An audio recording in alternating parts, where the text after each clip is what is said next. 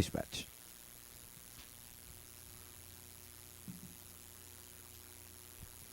And they're off.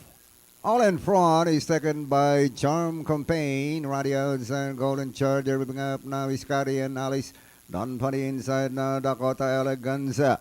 And as they leave the shoot now, Cathy and Alice in front by Triple Balang, followed closely by Dakota Eleganza. Charm Campaign by the outside, 30 lengths by the back now, Sky Dance. Then followed by Golden Charger. One moving forward now is BG. Tillings by the back now in 7 is entry number 1. That's a big battle. Dakota Elegance takes the lead now. Followed by Cathy and Alice. Charm Campaign, BG. And in between horses now Sky Dance. And as they race the corner now, it is still Dakota Elegance, Liz Malang. Here comes the challenge now from Sky Dance. And down in third, Cathy and Alice. Moving up by the wheel now is BG together with Big Battle. Final turn now, Dakota Elegance still in front, being chased by Sky Dance. And final turn, Dakota Elegance, Sky Dance, Charm Campaign joining in now, and Golden Charger.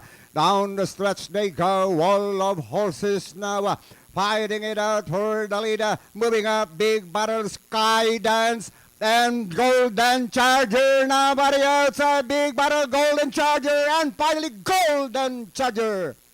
Big Battle, Sky Dance, and Charm Campaign. Dikit tayo sa segundo, ha? Although, crossing the wire per sky, number 9, Golden Charger. Tingnan natin, preba nito sa 1,400 meters, total of 127.2, keeps of 13.5, 23, 23.5, finishing at 27.5. Unofficial winner number 9, Golden Charger, rider JMS Torque, owned by Mr. Adrian Macho de Obago, Tutsenson and trainer. The imported bred Rubric Lodge Store Australia, ang breeder Ribchester of Mumford, ang lineage number 9, Golden Charger, an official winner. Ganda naging karera nito, race number 5. Dikit tayo sa second place, although wala pa ito yung dinideclare na photo for second.